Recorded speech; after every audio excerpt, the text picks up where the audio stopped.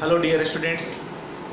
बच्चों, हम लोग अभी कोलाइड्स पढ़ाई कर रहे हैं और कोलाइड्स में पिछले वीडियो में आपको एप्लीकेशन ऑफ कोलाइड्स पूरा बढ़िया ढंग से समझा दिया गया है, लिखा दिया गया है। आप नोट्स तैयार करके उसकी पढ़ाई करिए। इस वीडियो में हम लोग लास्ट टॉपिक स्टडी करने वाले हैं और इस वीडियो के ख़त्म होते ही आपका चैप्टर फिनिश्ड हो जाएगा। ठीक है, तो लास्ट टॉपिक हम लोग क्या स्टडी कर रहे हैं? इमल्सन। ये भी छोटा सा इंटरेस्टिंग थ्योरेटिकल ही टॉपिक है। आधे घंटे से 40 मिनट में ये आपका खत्म हो जाएगा। ओके, चलो सबसे पहले हम समझेंगे कि इमल्सन क्या होता है। इमल्सन क्या है तो समझो। जब हम दो लिक्विड को मिलाते हैं तो जो मिक्सचर तैयार होगा वही इमल्सन कहलाएगा। अब आप सोच रहे हैं सर इतना आसान, ये तो सॉल्यूशन हो गया लिक्विड इन लिक्विड का। बेटा, ये दो लिक्विड जो मिलाइएगा ना, ये दोनों लिक्विड इमिसिसिबल होना चाहिए। इमिसिसिबल मतलब ऐसा ना हो कि लिक्विड एक दूसरे में घुल जाए, घुलने वाला नहीं होना चाहिए। अब ऐसा ना हो कि वाटर में अल्कोहल डाल देंगे तो वो इमल्सन नहीं बनेगा, लेकिन वाटर में अगर हम ऑयल डाल दें, मस्टर्ड ऑयल या कोई भी ऑयल, उसको सेक करेंगे, अब क्या देखिएगा कि वाटर में छोटे छोटे ग्लोब्यूल्स आपको ऑयल के नज़र आएंगे। बस वही हमारा इमल्सन है। जैसे क्लीनिंग एक्शन ऑफ सोप आप पढ़े थे, जिसमें क्लोथ के सरफेस से ग्रीस या ऑयल को रिमूव किया जाता है। तो जैसे ही ग्रीस या ऑयल का जो पार्टिकल है क्लोथ के सरफेस को छोड़कर सोप सॉल्यूशन में आ जाता है तो इमल्सन बना लेता है। वो हमारा इमल्सन है। ठीक है ना। तो इमल्सन समझ में आ गया। मिक्सचर ऑफ टू इमिसिसिबल लिक्विड, एक लाइन में याद रखो। मिक्सचर या सॉल कहो, मिक्सचर ऑफ टू इमिसिसिबल लिक्विड। दो लिक्विड को लेकर के, दोनों लिक्विड का नेचर क्या है? इमिसिसिबल है। मिला देंगे, चेक करेंगे उसको, तो दोनों लिक्विड का जो मिक्सचर है वही हमारा क्या कहलाएगा? इमल्सन। फर्स्ट लाइन पर वही लिखा हुआ है। An emulsion is a colloidal salt in which both the dispersed phase and dispersion medium are liquids. यानी इमल्सन एक वैसा कोलाइडल सॉल्यूशन है जिसमें डिस्पर्स्ड फेज और डिस्पर्सन मीडियम दोनों लिक्विड होगा। यानी जिसको मिला रहे हैं वो भी लिक्विड, जिसमें मिला रहे हैं वो भी लिक्विड। और दोनों लिक्विड कैसा होना चाहिए नेचर में? इमिसिसिबल, आपस में घुलनशील नहीं होना चाहिए, आपस में सॉल्युबल नहीं होना चाहिए। ठीक है। जैसे इमल्सन का उदाहरण है हमारा लीवर ऑयल, है ना। लीवर ऑयल होता है ना, वो इमल्सन है। या मिल्क हो गया, milk, vanishing cream, cold cream, butter, ये सारा चीज उदाहरण है इमल्सन का। ठीक है। धीरे धीरे हम लोग सीखेंगे, आप नाम याद रखिएगा, आगे सब वैसे लिखा हुआ है। इमल्सन का प्रिपरेशन कैसे होगा, कैसे प्रिपेयर करेंगे हम इमल्सन को, मालूम है? तो इसको प्रिपेयर करने का भी सबसे आसान तरीका पता है। ठीक है। इमल्सन बनाने के लिए हम क्या करेंगे? दो इमिसिसिबल लिक्विड को लेकर के एक साथ मिला लेंगे और उसको जोर से झकझोरना है, सेकिंग कराना है। ठीक है। इससे हमारा इमल्सन बन जाता है। या फिर उस लिक्विड मिक्सचर को हम लोग कोलाइडल मिल से पास कराएंगे। जो लिक्विड मिक्सचर होगा ना, दो इमिसिसिबल लिक्विड, उसको हम एक कोलाइडल मिल, एक ऐसे मिल से पास कराते हैं जिसमें मिल जो है ना, कोलाइडल मिल, वो क्या करता है? लिक्विड मिक्सचर को झकझोरने का काम करेगा, खूब उसको जोर से घुमाएगा। ठीक है। जिसको होमोजिनाइजर कहते हैं। होमोजिनाइजर जो लिखा हुआ, होमोजिनाइजर उस कोलाइडल मिल का नाम है। ये कोलाइडल मिल, जिस कोलाइडल मिल में हमने मिक्सचर को डाल करके सेकिंग कराया है, उसको बोलते हैं होमोजिनाइजर। समझ में आई? तो कैसे बनाए इमल्सन को? दो इमिसिसिबल लिक्विड को लेकर के उसको जोर से सेकिंग करना है, तो इमल्सन हमारा बन जाएगा। या उस मिक्सचर को कोलाइडल मिल में डाल करके भी हम इमल्सन तैयार कर सकते हैं। 10 जो इस प्रकार जो अब मिला, जैसे दो लिक्विड को लिए, इमिसिसिबल लिक्विड को, उसको एक साथ हमने सेकिंग किया या उसको कोलाइडल मिल में ले जाके सेकिंग करवाए। ठीक है। अब क्या होगा? अब हम एक पहला एग्जांपल लेते हैं। देखो, दो इमिसिसिबल लिक्विड लिए, उसको एक साथ मिला के आपने सेकिंग किया, इमल्सन तैयार। अब उस इमल्सन को अगर हम स्टैंडिंग मोड में छोड़ दें, खड़ा रख दें, तो जानते हैं क्या होगा? धीरे धीरे जो इमिसिसिबल लिक्विड था ना, वो सेपरेट हो जाएगा। वाटर का लेवल अलग बन जाएगा, लेयर, ऑयल का लेयर अलग बन जाएगा। यानी वो जो इमल्सन आपने तैयार किया, दो इमिसिसिबल लिक्विड को सेक करा करके, वो ज़्यादा देर तक स्टेबल नहीं रहेगा, ज़्यादा देर तक, ठीक है। जैसे ही उसको स्टैंडिंग मोड में छोड़ेंगे दोनों लिक्विड सेपरेट हो जाते हैं, यानी वो स्टेबल तो हुआ नहीं।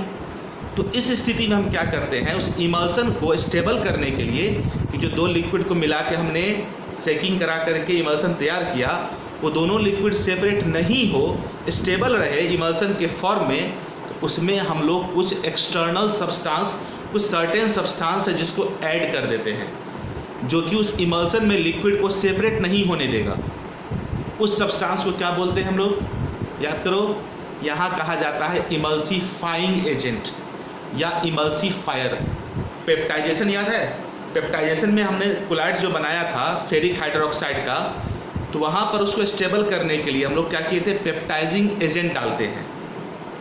इमल्सन में, इमल्सन जो कोलाइडल सॉल है, स्टेबल कोलाइडल सॉल बनाने के लिए इसमें भी हम लोग कुछ सर्टेन सब्सटेंस ऐड कर देते हैं, जिसे इमल्सीफायर या इमल्सीफाइंग एजेंट कहते हैं। यानी सिंपल दो लिक्विड को सेकिंग करने से जो इमल्सन तैयार होगा, बन तो जाएगा सेक करने पर, लेकिन थोड़ी देर में वो फिर सेपरेट हो जाएगा। हम चाहते हो सेपरेट नहीं हो, इमल्सन इमल्सन के फॉर्म में ही रहे, तो उसमें कुछ हम सर्टेन सब्सटेंस ऐड करेंगे, जिसे क्या कहा जाता है, इमल्सीफायर या इमल्सीफाइंग एजेंट।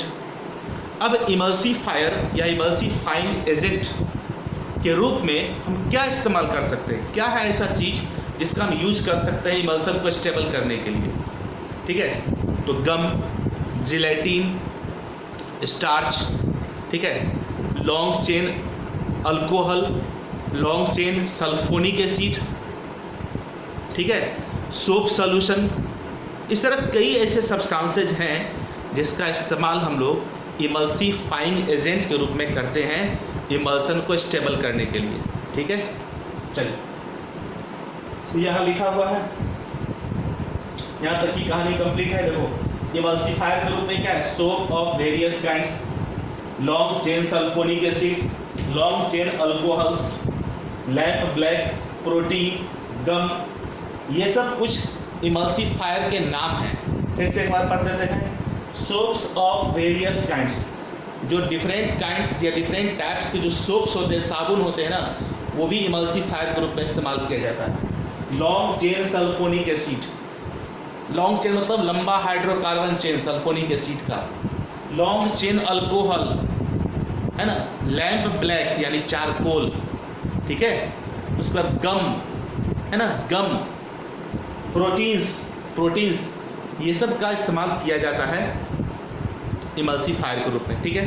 अब देखो, इमल्सीफायर का काम क्या है, जैसे एक इसका एप्लीकेशन इमल्सीफायर का, क्लीनिंग एक्शन ऑफ सोप। अगर मान लो कि क्लोथ के सरफेस पर ऑयल या ग्रीस का ड्रॉप है, ठीक है, थोड़ा मात्रा में हम उसमें सोप या डिटर्जेंट डालते हैं, तो होगा क्या, बहुत मुश्किल से वो ऑयल या ग्रीस का जो ड्रॉप है वो क्लोथ सरफेस को छोड़ के चला आएगा किस में, वाटर में, यानी जो वाटर है, सोप सॉल्यूशन है, उसमें चला आएगा ग्रीस या ऑयल का ड्रॉपलेट आपका, ठीक है। अब चला आया उसमें, तो समझो कि होगा क्या, तो ऑयल ड्रॉपलेट्स जो है ना, वो तो क्लोथ के सरफेस को छोड़ के चला आया वाटर सॉल्यूशन में। अब वहाँ सोप या डिटर्जेंट जो होता है वो क्या करता है मालूम है, क्योंकि अगर ऑयल या ग्रीस कपड़ा से निकल करके चलाएगा वाटर में, तो बड़े बड़े उसके ग्लोब्यूल्स बन जाएंगे, बड़े बड़े टुकड़े रहेंगे उस ऑयल या ग्रीस का।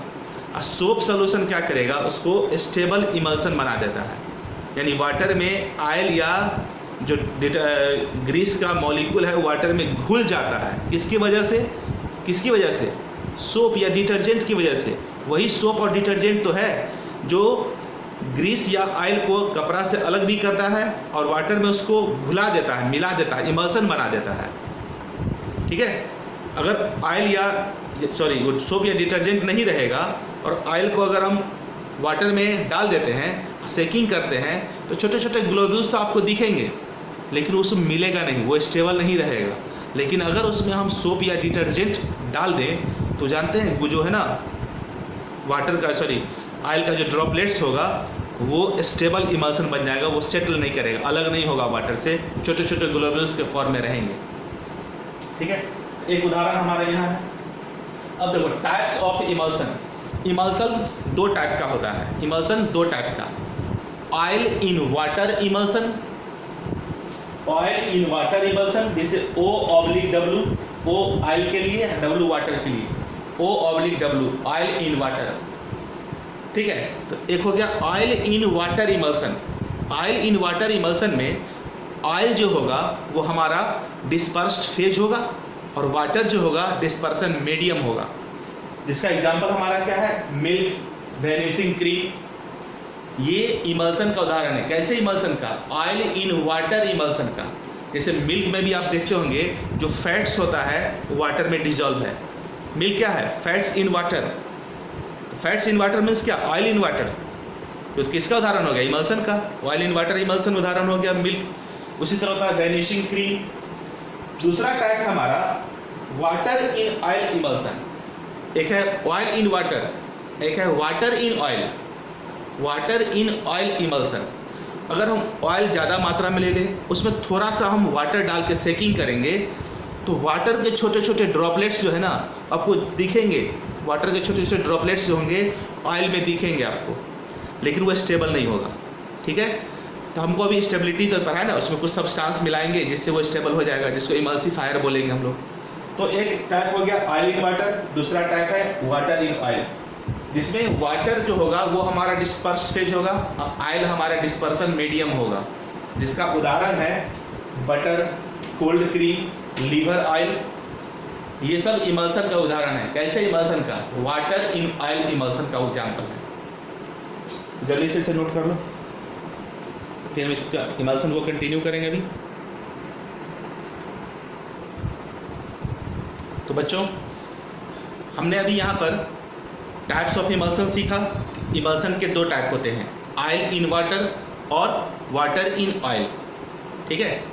अब समझिए यहाँ पर कि जो ये इमल्सन का टाइप है ये एक्चुअली इमल्सिफाइंग एजेंट के नेचर पर भी डिपेंड करता है। ये कौन सी बात हो गई भाई, इमल्सिफाइंग एजेंट के नेचर पर।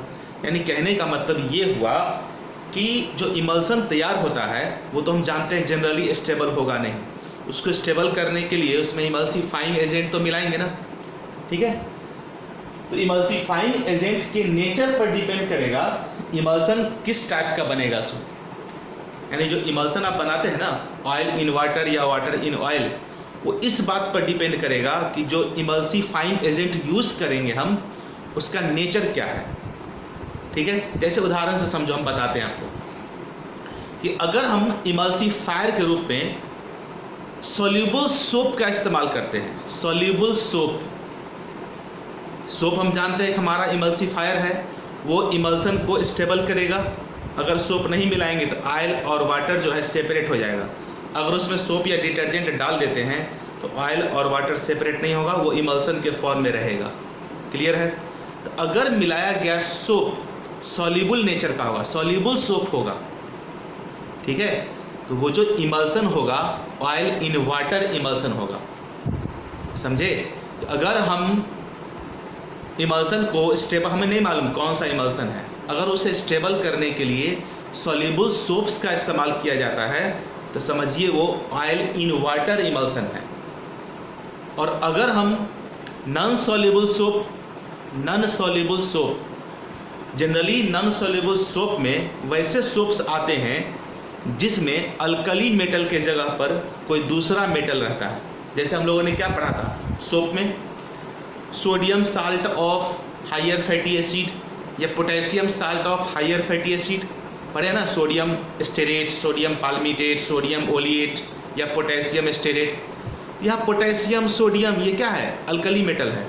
लेकिन अगर अल्कली मेटल नहीं हो, नॉन अल्कली मेटल वाला कोई इस तरह का सोप हो, सोडियम स्टेरेट नहीं हो, मान लो कोई दूसरा स्टेरेट हो, कैल्शियम स्टेरेट हो और दूसरा कोई स्टेरेट हो मान लेते हैं, ठीक है। अल्कली मेटल नहीं होना चाहिए उस साबुन में, उस सोप में जो साल्ट है, क्योंकि सोप जो है, सोप का मेन कंपोनेंट क्या होता है, sodium and potassium salt of higher fatty acid. तो वहाँ सोडियम पोटेशियम ना रह करके other metals of higher fatty acid, तो उसको नॉन सॉल्युबल सोप बोलते हैं, ठीक है। तो अगर नॉन सॉल्युबल सोप को हम मिलाते हैं इमल्सन को स्टेबल करने के लिए तो क्या समझिएगा वो कैसा इमल्सन होगा, ऑयल इन वाटर इमल्सन। समझे। वाटर इन ऑयल इमल्सन को स्टेबल करने के लिए हम सॉल्युबल सोप का इस्तेमाल करते हैं, जबकि वाटर इन ऑयल इमल्सन को स्टेबल करने के लिए हम लोग नॉन सॉल्युबल सोप का इस्तेमाल करते हैं। ठीक है, अब देखो कुछ कॉमन इमल्सिफायर है यानी इमल्सिफाइंग एजेंट है, ऑयल इन वाटर के लिए इस्तेमाल होगा। ऑयल इन वाटर इमल्सन का एक टाइप है। इसको स्टेबल करने के लिए हम कौन से इमल्सिफायर का इस्तेमाल करेंगे? Protein, gum, natural and synthetic soaps. 3 चीज याद रखना है कि ऑयल इन वाटर इमल्सन को स्टेबल करने के लिए हम लोग गम, प्रोटीन या नेचुरल या सिंथेटिक सोप का इस्तेमाल करते हैं। जबकि वाटर इन ऑयल इमल्सन को स्टेबल करने के लिए हम लोग heavy metal salts of fatty acids या लॉन्ग चेन अल्कोहल या लैंप ब्लैक इसका इस्तेमाल किया जाता है इमल्सिफायर के रूप में। समझे? ऑयल इन वाटर के लिए हम क्या मिलाएंगे इमल्सिफाइंग एजेंट के रूप में? गम, प्रोटीन, ठीक है, और नेचुरल या सिंथेटिक सोप्स। इसके अगेंस्ट ऑयल इन वाटर जो इमल्सन होगा उसको स्टेबलाइज करने के लिए जो हम इमल्सिफायर मिलाएंगे वो क्या हो सकता है? Higher fatty acid of higher alkali metals, मतलब कहिए heavy metals, sorry alkali metal नहीं, heavy metals of higher fatty acid, long chain alcohol वाला कंपाउंड या कार्बन ब्लैक या लैंप ब्लैक, इसका इस्तेमाल करते हैं हम लोग वाटर इन ऑयल इमल्सन को स्टेबलाइज करने के लिए। यहाँ तक की कहानी हो गई। आइडेंटिफिकेशन ऑफ इमल्सन, अगर आपको इमल्सन दे दिया जाए, कहेंगे पहचानिए ये कौन सा इमल्सन है, ऑयल इन वाटर इमल्सन है या वाटर इन ऑयल इमल्सन है, कैसे पहचानेंगे? कैसे आप आइडेंटिफाई करिएगा कि दिया गया इमल्सन का टाइप क्या है? तो इसको टेस्ट करने का, टेस्ट मीन्स नॉट चखना नहीं, उसको चीखना नहीं है, टेस्ट मीन्स यहाँ जांच करना है, ठीक है, TEST। तो इमल्सन का टेस्ट हम कैसे करेंगे, कैसे उसे आइडेंटिफाई करेंगे कि इसका कौन सा टाइप है? ये इसका 2 मेथड है, कंडक्टेंस मेथड और डाई मेथड। कंडक्टेंस मेथड और डाई मेथड बहुत सिंपल है। कंडक्टेंस मेथड क्या है वो समझो। कंडक्टेंस मेथड जो है मेनली इस बात पर निर्भर करता है कि इमल्सन में जो हम इलेक्ट्रोलाइट मिलाए हैं उस पर, समझे? कंडक्टेंस मेथड में क्या है, इमल्सन में हम इलेक्ट्रोलाइट ऐड करेंगे। समझो, बहुत सिंपल चीज़ है बेटा। अगर हम इमल्सन में इलेक्ट्रोलाइट को ऐड करते हैं और अगर उस इमल्सन का कंडक्टेंस बढ़ जाता है, समझे, कंडक्टेंस बढ़ गया, ठीक है, तो वो किसका एग्जाम्पल होगा मालूम है? ऑयल इन वाटर का। देख लेते हैं एक बार क्या है सो। ऑयल इन वाटर इमल्सन होगा, ठीक है, सही है। फिर से समझो क्या बोले सो। कंडक्टेंस मेथड यानी इमल्सन को आइडेंटिफाई करने का 2 मेथड है, कंडक्टेंस मेथड और डाई मेथड। कंडक्टेंस मेथड में क्या है वो समझो।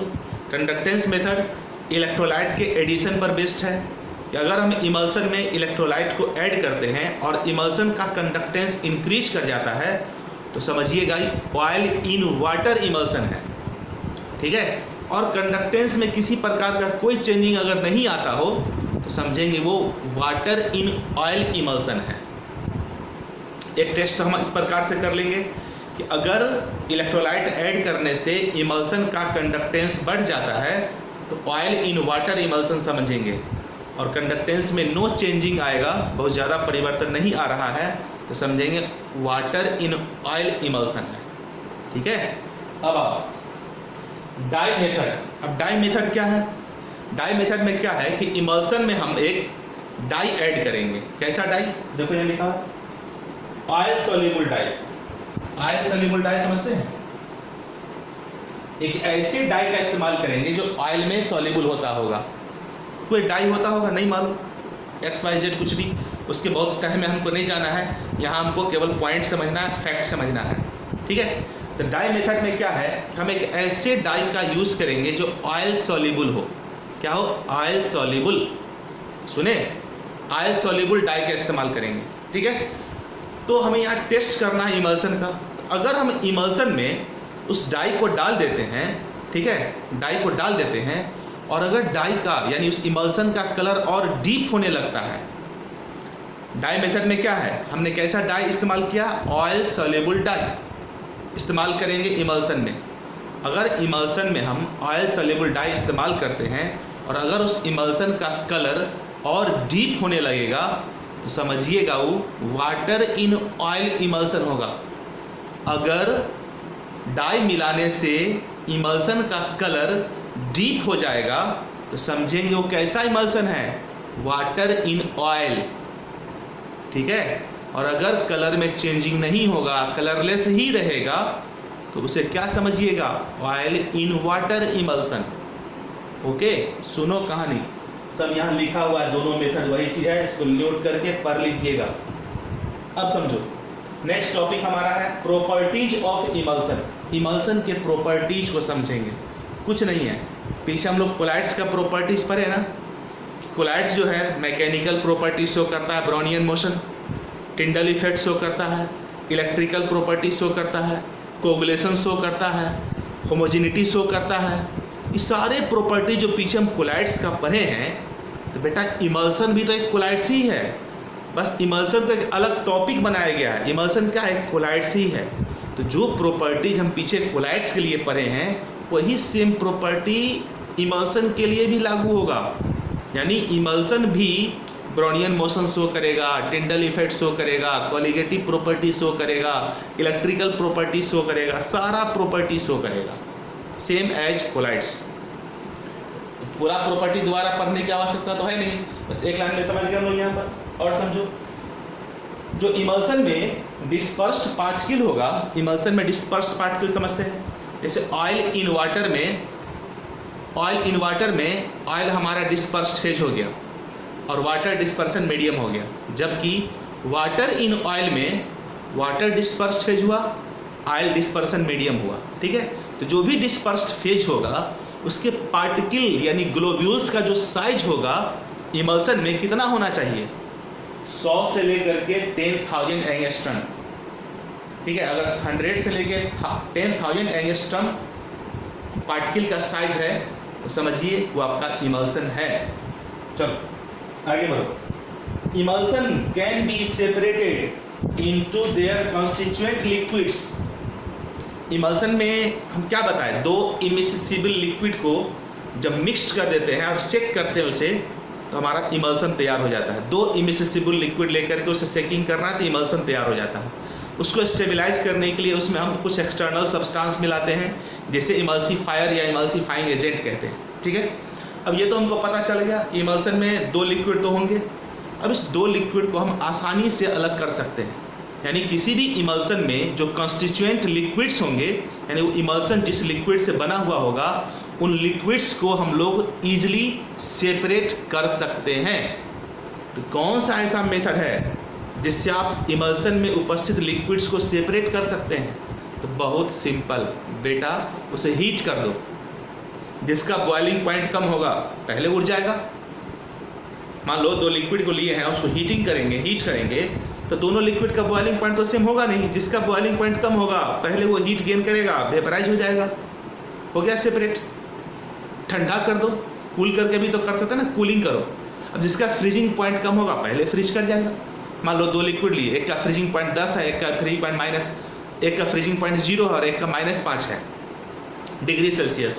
तो बताओ कौन पहले फ्रीज हो जाएगा? 0 डिग्री वाला।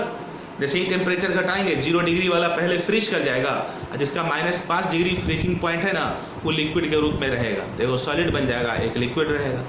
तो कूल करके भी हम अलग कर सकते हैं, ठीक है। सेंट्रीफ्यूगिंग कीजिए, जैसे मिल्क में सेंट्रीफ्यूगिंग किया जाता है, ठीक है, तो उससे भी फैट्स जो होता है, मिल्क में उपस्थित फैट्स, वो लिक्विड यानी वाटर से अलग हो जाता है।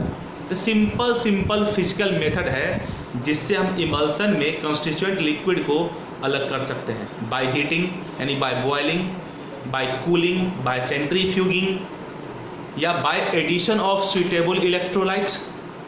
हम उसमें कुछ सुइटेबल इलेक्ट्रोलाइट मिला देंगे तो उससे भी हो जाएगा। कोई एक पार्टिकल रहेगा डिस्पर्स पे जो कोगुलेट कर जाएगा, ठीक है। चलो यहाँ ये समझ में आ गया, emulsion can be separated into their constituent liquids by heating, centrifuging, cooling, by adding large amount of electrolyte to precipitate out. ठीक है, यानी इमल्सन में जो लिक्विड्स उपस्थित हैं उसे आप कैसे सेपरेट कर सकते हैं? हीट करके, सेंट्रीफ्यूगिंग करा करके, या कूल ठंडा करके, या उसमें लार्ज अमाउंट में इलेक्ट्रोलाइट ऐड करके। ठीक है, यहाँ तक कहानी समझ में आ गई? अब समझो, तो जो इमल्सन में दो लिक्विड्स थे उसे आपने सेपरेट किया, तो सेपरेट करने का जो प्रोसेस है ना उसे कहा जाता है डी इमल्सिफिकेशन। दो लिक्विड लिए, इमिसिबल लिक्विड, उसको एक साथ मिला दिए, सेकिंग किए, उससे हमारा बन गया इमल्सन, तो प्रोसेस कहलाया इमल्सिफिकेशन। लेकिन इमल्सन में जो लिक्विड उपस्थित हैं उन लिक्विड को सेपरेट करने का जो प्रोसेस होगा उसे क्या कहेंगे? D emulsification. यानी इमल्सन बनाने का प्रोसेस इमल्सिफिकेशन, और बने हुए इमल्सन में लिक्विड को सेपरेट करने का प्रोसेस डी इमल्सिफिकेशन। नीचे लिखा हुआ है, the process of separation of constituent liquids of an emulsion is called demulsification. एक इमल्सन में जो कंस्टिट्यूएंट लिक्विड्स हैं, किसी भी इमल्सन्स में कंस्टिट्यूएंट लिक्विड्स जो होंगे उनको सेपरेट करने का प्रोसेस क्या कहलाएगा? D emulsification. चलो इतने को जल्दी से नोट कर लेते हैं हम लोग, फिर आगे बढ़ेंगे।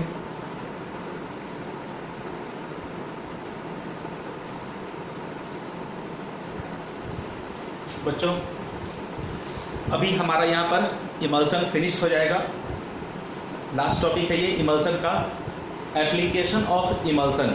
ठीक है, क्या इसका एप्लीकेशन है? देखो, इमल्सन क्या है? कोलाइड्स है। कोलाइड्स का ऑलरेडी हम लोग पीछे पढ़े हैं एप्लीकेशन। ठीक है, इसमें भी हमारा वही आ जाएगा। देखो, in the metallurgical process the concentration of ore by froth flotation method is based upon the treatment of powdered ore with oil emulsion.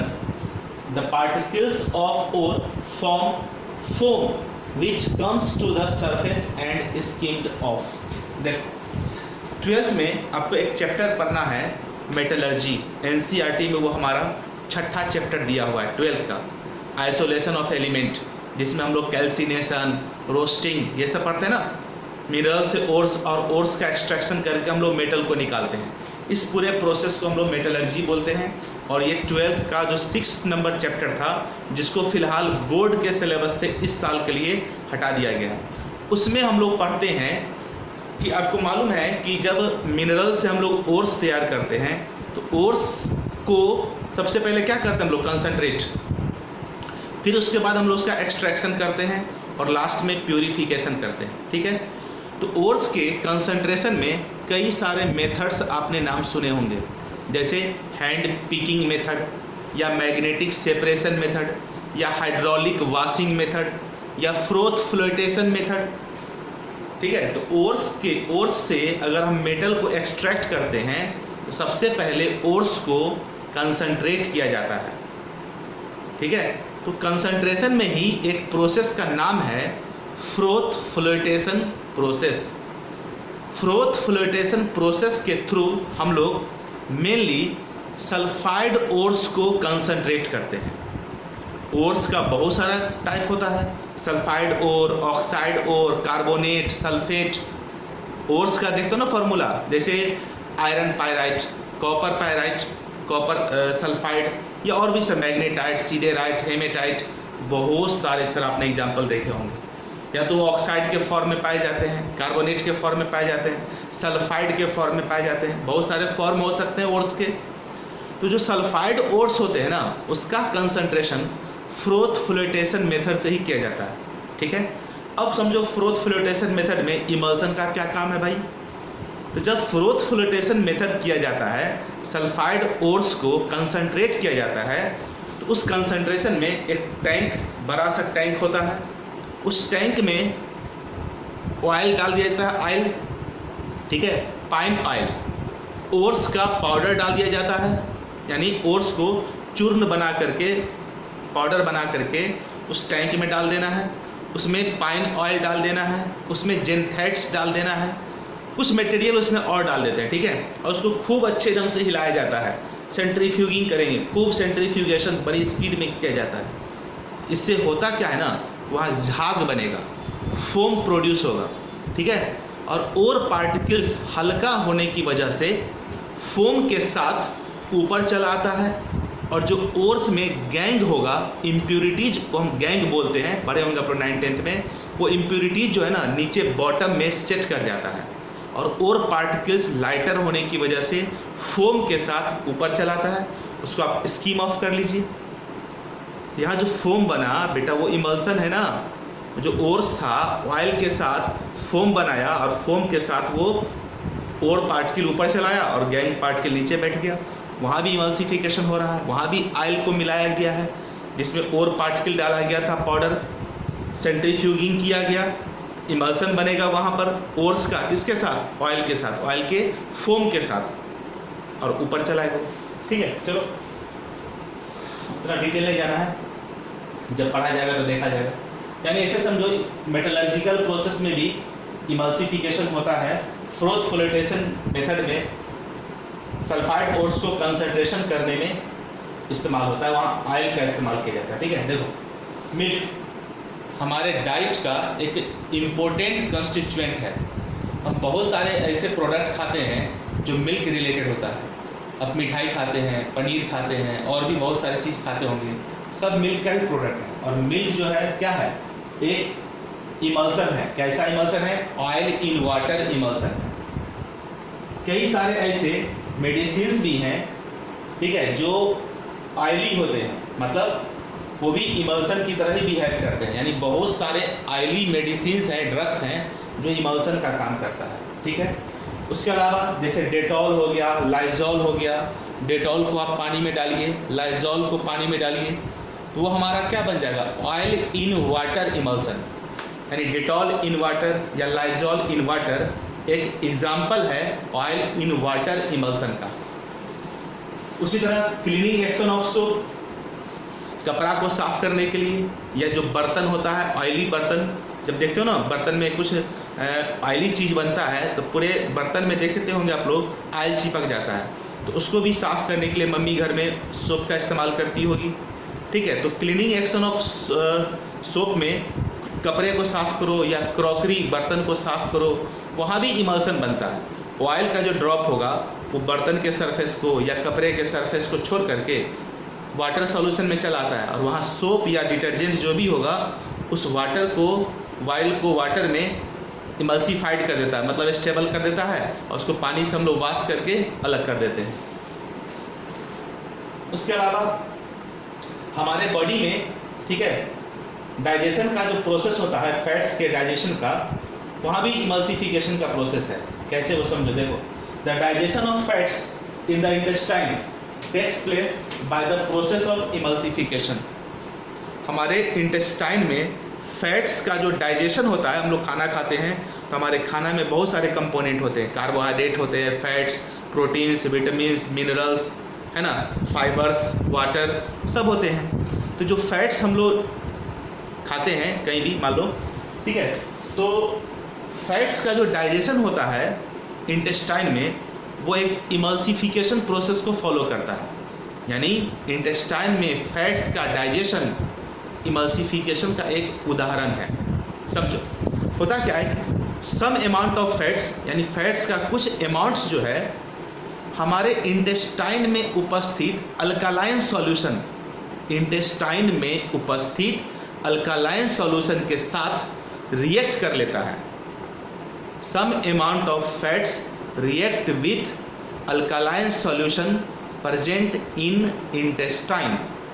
Intestine में उपस्थित अल्कालाइन सॉल्यूशन से कुछ अमाउंट जो है फैट्स का रिएक्ट कर लेता है, और रिएक्ट करके सोडियम सोप का बना लेता है। सोडियम सोप, थोड़ा सा सोडियम सोप बनेगा हमारे इंटेस्टाइन में, ठीक है। अब वो सोडियम सोप जो है ना क्या करेगा मालूम है, रेस्ट जो फैट्स बचा हुआ होगा, बाकी जो फैट्स बचे हुए होंगे उसको क्या करेगा, पढ़ो यहाँ पर देखो, this soap causes the emulsification of rest of the fats. जो सोप बनेगा ना वो इंटेस्टाइन में जो हमारे और फैट्स होंगे उसको इमल्सिफाइड कर देता है, ठीक है।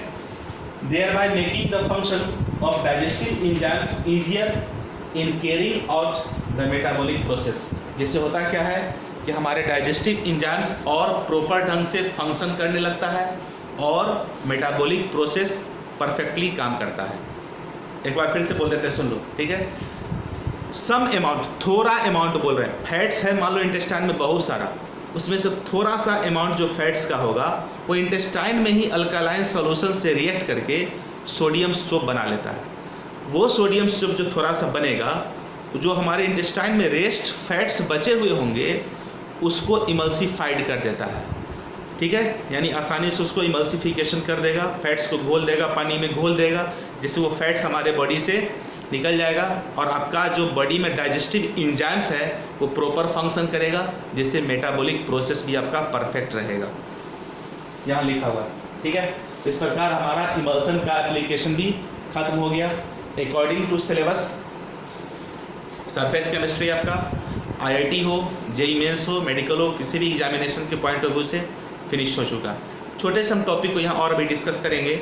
जेल, जैसे इमल्सन पर है ना, अब थोड़ा जेल के बारे में समझिए, जेल क्या होता है, ठीक है। GEL, gel, not JAIL। तो बच्चों अकॉर्डिंग टू NCERT सिलेबस हमारा चैप्टर फिनिश्ड है, लेकिन ये जो आप देख रहे हैं ना बोर्ड पर लिखा हुआ, इसके बाद हम आपको नहीं लिखाएंगे कुछ भी, ठीक है। ये लास्ट बोर्ड है, पूरा भरा हुआ है। इसमें कुछ स्पेशल टॉपिक हैं जैसे जेल, सरफेक्टेंट, थेक्सोट्रॉपी, सिनर्सिस, लिम्बिफिकेशन, ये सब टर्म क्या है इसी को यहाँ हम डिफाइन किए, ठीक है। बस ये लास्ट बोर्ड है आपका, चैप्टर को हम लोग क्लोज करेंगे, ओके। चलो देखो, जेल जैसे इमल्सन पर है उसी तरह जेल है। जेल एक्चुअली क्या है? Liquid in solid salt. जब क्लासिफिकेशन पढ़े थे हम लोग तो शुरू में हम लोग इसी तरह पढ़े थे, gel, emulsion, foam, aerosol, sol, solid sol, बहुत सारे टाइप्स पढ़े थे, 8 टाइप का। उसमें एक टाइप हमारा था जेल। जेल कैसे बनता है? लिक्विड इन सॉलिड, याद कर लो, लिक्विड इन सॉलिड जेल कहलाता है, ठीक है। अब आइए देखो, हम लोग इस बात को जानते हैं कि लायोफोबिक सॉल जो होता है, लायोफोबिक सॉल वो इजीली कोगुलेट कर जाता है, ठीक है। और लायोफिलिक सॉल जो है वो कोगुलेट नहीं करता है, लेकिन कुछ स्पेशल कंडीशन में, कुछ सर्टेन कंडीशन पर लायोफिलिक सॉल जो है ना वो भी कोगुलेट कर जाता है और एक semi solid jelly like mass बनाता है, ठीक है। क्या बोले, समझ में आया? हम लोग जनरली इस बात को जानते हैं कि लायोफोबिक सॉल अनस्टेबल होता है, उसे इजीली कोगुलेट किया जा सकता है, लेकिन कुछ सर्टेन कंडीशन पर लायोफिलिक सॉल को भी कोगुलेट किया जा सकता है। और लायोफिलिक सॉल को जब कोगुलेट किया जाता है तो लायोफिलिक सॉल जो भी है, लायोफिलिक सॉल बार बार सुन लीजिए, फिर से इस बार रिपीट कर देते हैं। लायोफोबिक सॉल ईजिली कोगुलेट हो जाता है, लेकिन लायोफिलिक सॉल ईजिली कोगुलेट नहीं होता है, लेकिन कुछ सर्टेन कंडीशंस पर लायोफिलिक सॉल भी कोगुलेट हो सकता है और लायोफिलिक सॉल कोगुलेट होकर semi solid jelly like compound या जेली लाइक मास बनाता है। मास यहाँ पर सब्सटेंस कहिए, जेली लाइक सब्सटेंस बनाता है, semi solid jelly like substance, ठीक है। लायोफिलिक सॉल के सर्टेन कंडीशन पर कोगुलेशन से semi solid jelly like substance बनता है। जो semi solid jelly like substance है ना, यही तो जेल है ना। जैसे जिलेटिनियस सब्सटेंस समझते होंगे आप लोग, पेस्ट देखें, पेस्ट ब्रश करने वाले जो पेस्ट हम इस्तेमाल करते हैं, क्लोजअप या अदर कोई भी पेस्ट है ना, वो सब हमारा जिलेटिनियस सब्सटेंस, वो जिलेटिन है, वो जेल का एक एग्जाम्पल है। एयरविक जो 4 व्हीलर हम लोग गाड़ी खरीदते हैं तो देखिएगा कि उसमें भी एक बड़ा सा जेली टाइप का थोड़ा सा वो स्थूल होगा और वो रखा हुआ रहता है, या घर में भी लोग एयर प्यूरीफायर के रूप में उसका इस्तेमाल करते हैं, जेली टाइप स्ट्रक्चर सब आता होगा, ठीक है। देखो जो भी उसका क्या नाम है हमें भी याद नहीं, एयरविक होता होगा। The process of formation of gel is called gelation. The process of formation of emulsion is called emulsification. उसी तरह the process of formation of gel is called gelation. Emulsion बनाने का प्रोसेस इमल्सिफिकेशन कहलाता है, तो jail बनाने का process जिलेशन कहलाता है। जेल का कुछ उदाहरण लिखे हैं, जैसे जिलेटिन, गम, चीज, फेरिक हाइड्रोक्साइड, सिलिसिक एसिड। याद रखिएगा ये पांचों नाम, जिलेटिन, गम, चीज, फेरिक हाइड्रोक्साइड, सिलिसिक एसिड, ये सब कुछ एग्जाम्पल हैं जेल के। Gel are formed by the interlocking of the particles of solid dispersion medium in the form of a loose framework inside which liquid is contained।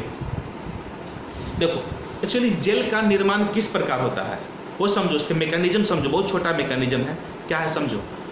Actually jail जो बना है liquid in solid, इसमें जो solid है ना उसके जो particles या मॉलिक्यूल्स होते हैं लूज फ्रेमवर्क से एक दूसरे से इंटरलॉक रहते हैं। जेल में जो सॉलिड पार्टिकल्स होगा वो एक दूसरे से लूजली और टाइटली नहीं, लूजली फ्रेमवर्क से इंटरलॉक रहते हैं। सॉलिड पार्टिकल आपस में इंटरलॉक रहते हैं लूज फ्रेमवर्क से, ठीक है।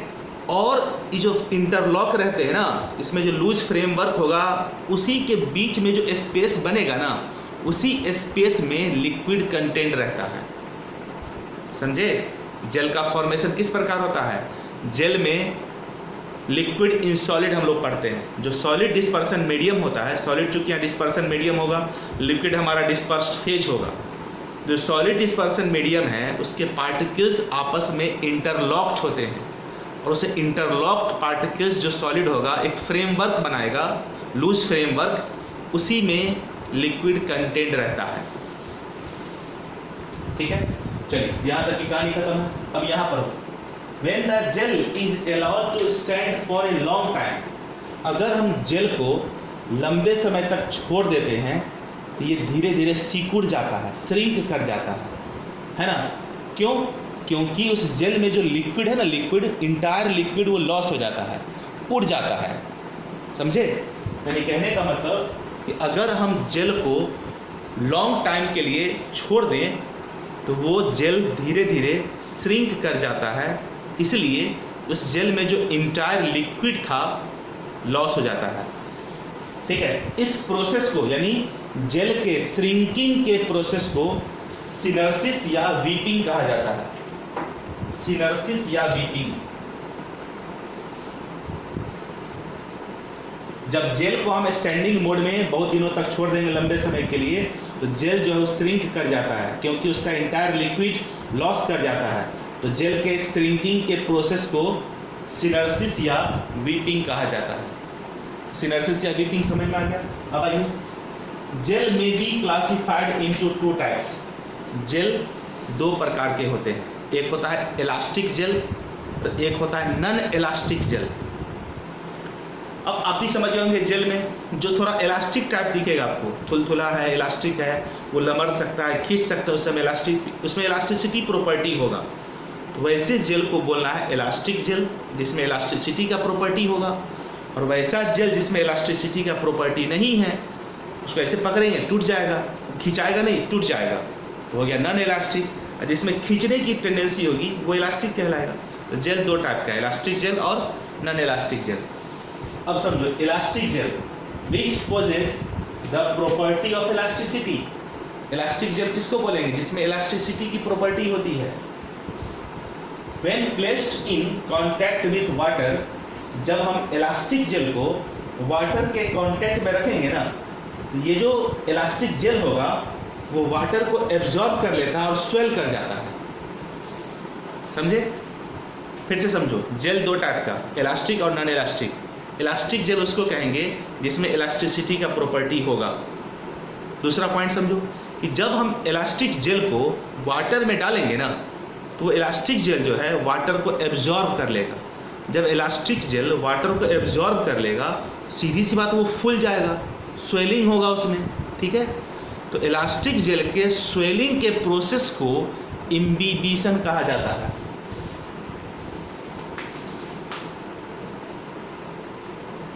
यहाँ लिखा imbibition, when placed in contact with water, यानी when elastic gel placed in contact with water, they absorb water and swell.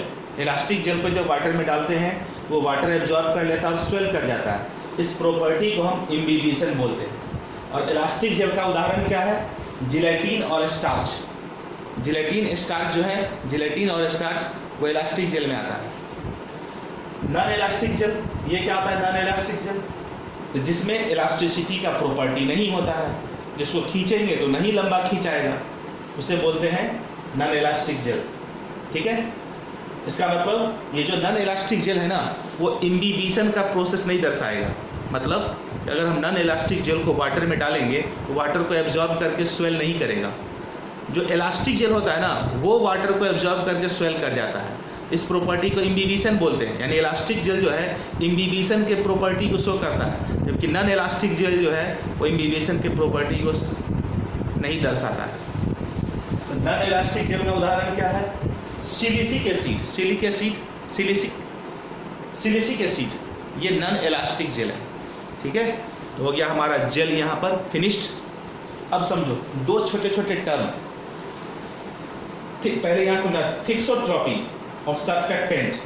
Surfactant क्या मालूम है?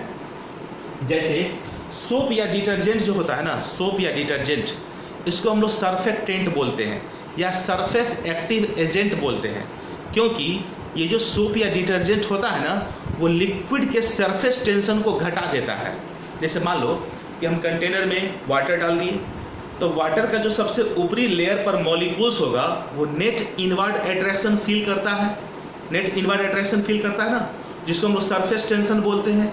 लेकिन अगर उस वाटर में हम सोप या डिटर्जेंट अगर मिला देना, तो जो सरफेस टेंशन होगा, यानी सरफेस का मॉलिक्यूल जो नेट इनवर्ड अट्रैक्शन फील करता है, वही सरफेस टेंशन घटा देता है, कम कर देता है सोप या डिटर्जेंट।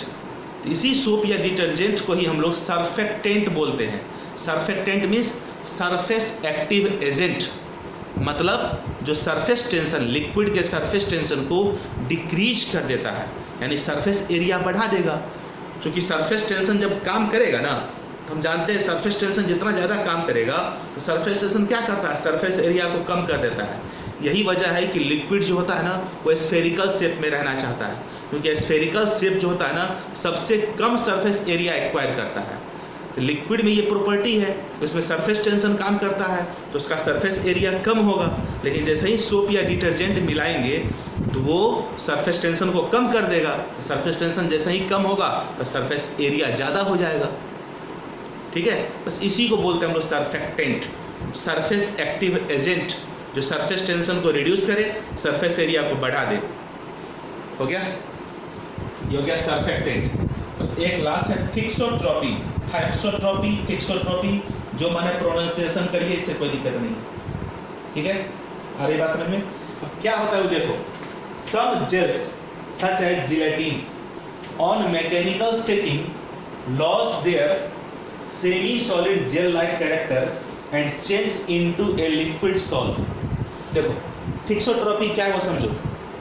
कुछ जेल हैं, कुछ जेल मान लो जैसे जिलेटिन पेस्ट हो गया या अदर कुछ भी मान लेते हैं, तो कुछ जिलेटिनियस सब्सटेंस है जिसको जेल हम लोग बोल रहे हैं। कुछ जेल हैं, जब उसको हम सेकिंग करेंगे ना, खूब देर तक उसको हम झकझोरेंगे, हिलाएंगे, जब उसे सेकिंग किया जाता है तो वो जो जेल है ना, तो जेल में जो प्रॉपर्टी होता है सेमी सॉलिड लाइक, वो प्रॉपर्टी उसका लॉस कर जाता है और वो लिक्विड सॉल्ट में चेंज हो जाता है।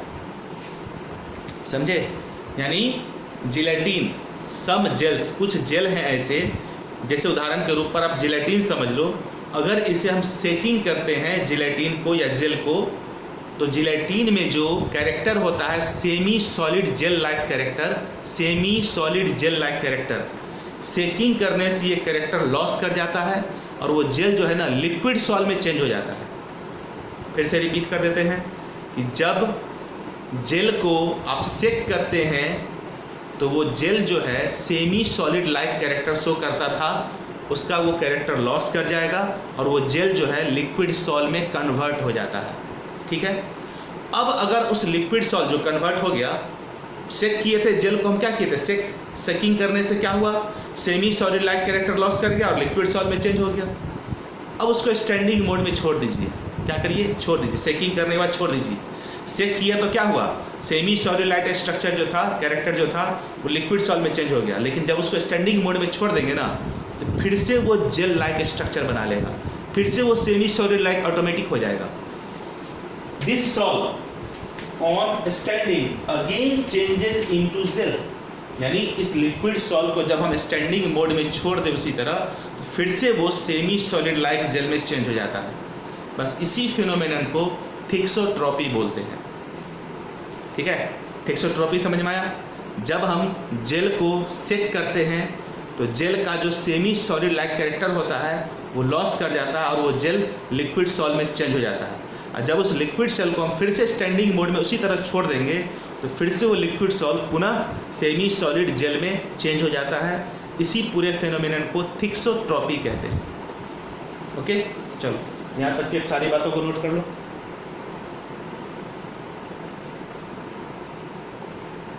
स्क्रीनशॉट लेके नोट कर लीजिए या वीडियो पॉज करके नोट कर लीजिए, जैसे नोट करना है नोट कीजिए।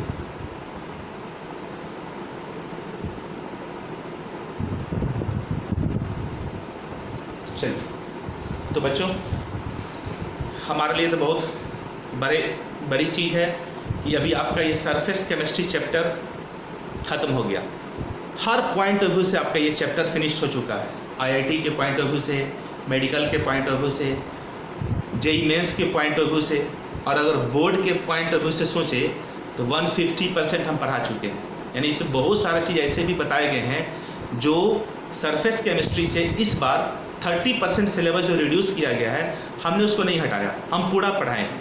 यानी जितना हम सरफेस केमिस्ट्री आपको बताए ना, ये जेई मेंस हो, मेडिकल हो, जेई एडवांस हो, सभी कॉम्पिटिटिव एग्जाम का सारा क्वेश्चन आपका सॉल्व हो जाएगा, 100% सॉल्व होगा। अच्छे ढंग से आपको क्या करना है, सारे वीडियोज को सीक्वेंस में देख लेना है। देख चुके हैं तो अच्छी बात है, नोट्स तैयार कर लेना है और एक बार मन लगाकर बैठिए और पूरे नोट्स को अच्छे ढंग से एक बार पढ़ लीजिए। उसमें जहाँ जहाँ याद करने का चीज़ है उसको याद तो करना होगा। अब आप सोचिएगा सर न्यूमेरिकल नहीं बनाएंगे, इतना थ्योरी क्यों लिखाते हैं, याद कौन करेगा, सवाल भी नहीं बनाएंगे, कुछ भी नहीं करिए, घर बैठे रहिए, थोड़े ना इससे कंपटीशन निकल जाएगा, बोर्ड भी नहीं निकलेगा। ठीक है, मेहनत तो करना होगा आपको, समझ गए? तो नोट्स तैयार करके एक बार मन लगा के बैठिए, 1 से 2 दिन में पूरे नोट्स को पढ़ डालिए। फिर उसके बाद कॉम्पिटिटिव एग्जाम का सवाल लेकर आप बैठिए और देखिए मोस्टली क्वेश्चन आपके सॉल्व हो जाएंगे। जो बच्चे पढ़ने वाले हैं, मुझे मालूम है, इस बात की जानकारी है, वो बच्चे क्वेश्चन सॉल्व करते हैं। ठीक है, तो सरफेस केमिस्ट्री चैप्टर आपका यहाँ पर हर पॉइंट ऑफ व्यू से, हर एक पॉइंट ऑफ व्यू से, बोर्ड हो या एनी कॉम्पिटिटिव एग्जामिनेशन हो, खत्म हो चुका है। अब आपकी ड्यूटी क्या है, सुन लो। सबसे पहले ड्यूटी NCERT को सॉल्व करना है, A to Z क्वेश्चन उसके बना लेने हैं। ठीक है, फिर हम आपको DPP प्रोवाइड करेंगे, चूँकि थ्योरेटिकल चैप्टर है, इसमें पूरा कहानी टाइप था, मेनली सब्जेक्टिव क्वेश्चन ही एराइज होते हैं, लेकिन कुछ भी ऑब्जेक्टिव क्वेश्चंस अगर होंगे तो मैं आपको प्रोवाइड करा दूंगा, आप उसे बना लीजिएगा। ठीक है, तीसरा प्रीवियस ईयर क्वेश्चन बैंक। 3 चीज़ हम हमेशा रिपीट करते हैं, NCERT, DPP, previous year question bank. Minimum ये 3 चीज़ तो आपको बनाने ही हैं। इसके अलावा अगर आपके पास टाइम बचते हैं तो किसी भी कॉम्पिटिटिव एग्जामिनेशन का बुक ले लीजिए आप, IIT का, जेई मेंस का, जो भी आपको बुक हो, सिंगेज हो, है ना, प्रदीप हो, दिनेश हो, जो भी आप बुक बनाना चाहते हो उसको ले लो। N अवस्थी हो, MS चौहान हो, जो इस बुक में आपको ये चैप्टर मिल जाए उसके भी क्वेश्चन को सॉल्व कर लीजिए। मिनिमम 3 चीज़, DPP, NCERT, क्वेश्चन बैंक। उसके अलावा जो मैंने बनाइए, मोस्टली क्वेश्चन आपके सॉल्व होंगे। ये आपका होमवर्क हो गया। जिस दिन ये आपको वीडियो मिलेगा ना, इस वीडियो के मिलते ही विदिन 2 और 3 डेज, क्योंकि ये थ्योरेटिकल चैप्टर से बहुत न्यूमेरिकल नहीं आएगा, 2 से 3 दिन के अंदर आपको NCERT, DPP और क्वेश्चन बैंक सॉल्व कर लेना है। और जो उसमें डाउट्स होगा उसे विदिन 3 डेज, 3 दिन के अंदर आप हमें सेंड करेंगे, उसका हम वीडियो सॉल्यूशन बना करके आपको दे देंगे या लाइव क्लास में उसको हम डिस्कस कर देंगे। ठीक है, यहाँ तक कहानी समझ में आ गई। तो अब आपका फिजिकल केमिस्ट्री का 12th का 5 चैप्टर में से 4 चैप्टर खत्म हो चुका है। यानी पूरे 11th 12th की बात करें ना, तो जो भी फिजिकल केमिस्ट्री में चैप्टर्स आपके पढ़ने थे सब के सब खत्म हो चुके हैं। एक चैप्टर केवल बच गया है, सॉलिड स्टेट। ये भी हमारा सरफेस केमिस्ट्री की तरह ही छोटा चैप्टर है ना। कोशिश करेंगे विद इन 20 लेक्चर आपको ख़त्म कर दिया जाए, चूँकि उसमें न्यूमेरिकल आएगा, सॉलिड स्टेट है, न्यूमेरिकल आएगा, 3 डायमेंशनल फिगर्स आएंगे। उसमें फिगर को समझना ही सॉलिड स्टेट को समझना है। जो हम फिगर बोर्ड पर बनाएंगे, ड्रॉ करेंगे, उसको अच्छे ढंग से फिगर को कोशिश करना है समझने का। अगर आप फिगर समझ गइएगा तो समझिए सॉलिड स्टेट चैप्टर आपका आसान हो जाएगा। उसमें बहुत सारे DPPs आपको मिलेंगे टॉपिक वाइज, जैसे पीछे वाले चैप्टर में मिलते गए हैं। ठीक है ना, यहाँ तक कहानी समझ में आ गई। तो चलो, तो इस प्रकार हमारा फिजिकल केमिस्ट्री भी खत्म हो जाएगा। बोर्ड की तैयारी आपके अच्छे ढंग से चल रही है, साथ साथ कॉम्पिटिटिव एग्जाम की भी तैयारी चलेगी। इस बार अच्छे ढंग से एग्ज़ाम देना है, खूब जम के तैयारी करना है। फिजिक्स भी आपका अच्छे ढंग से चल रहा है, उसमें 11th का जो पोर्शन था कंप्लीट हो चुका है। 12th वाले में भी बहुत सारे पार्ट कंप्लीट हो रहे हैं।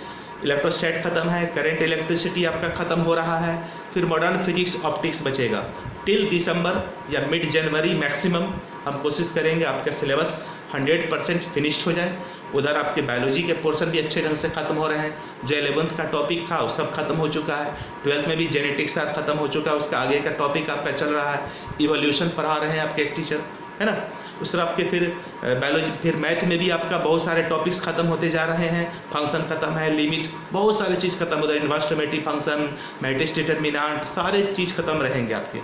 यानी आपका सिलेबस राइट टाइम फिनिश्ड हो जाएगा। इसके लिए आप निश्चिंत रहो, ठीक है। कहीं कोई टेंशन लेने की आवश्यकता नहीं है। सारे टीचर खूब मेहनत कर रहे हैं, जम करके कंटिन्यू वीडियो बना रहे हैं, लाइव क्लास आपका चल रहा है, DPP आपको मिल रहा है, कंटिन्यू टेस्ट हो रहा है। अब क्या चाहिए, जो भी आपको रिजल्ट के लिए चाहिए होगा सारी व्यवस्था हमने आपको करके दे रखा है। ओके, आपको केवल रूम पर बैठ करके मेहनत करना है जम करके। Thank you. Okay, have a nice day. Till wait and watch करिए। नेक्स्ट चैप्टर के लिए सॉलिड स्टेट स्टार्ट करेंगे। काफ़ी इंटरेस्टिंग न्यूमेरिकल बढ़िया चैप्टर है वो, खूब मज़ा आने वाला उस चैप्टर को समझने में। बस उसको समझने के लिए 3 डायमेंशनल ब्रेन रखिए तो समझ में आएगा। Okay, have a nice day.